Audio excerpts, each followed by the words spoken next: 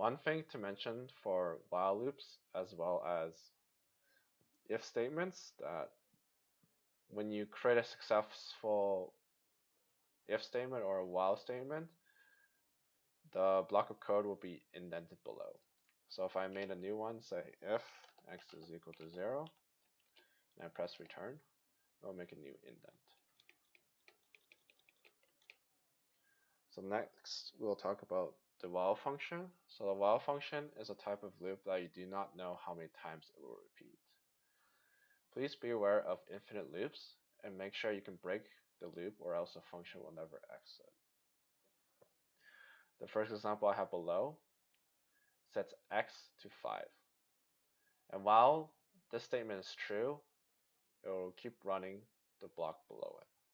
So since 5 is greater than 1, it will print 5 and then it will decrement it to 4. And then it will run again. 4 greater than 1, it will still run this code.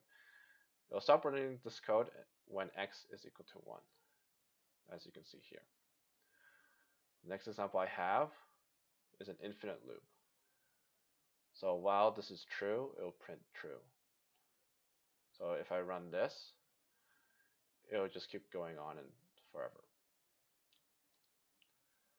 So can I please stop it? Okay. This next example I have is a little bit of poor coding. So I set x to 5, and while x does not equal 10, it will print x, and then it will decrement it by 1. Since I'm decrementing x by 1, 5 never reaches 10. So if I only had this block of code, this would also be an infinite loop.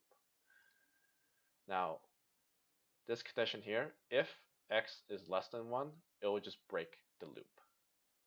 And this only breaks when x is equal to 1. This still prints 1 since the print is here and the break is after.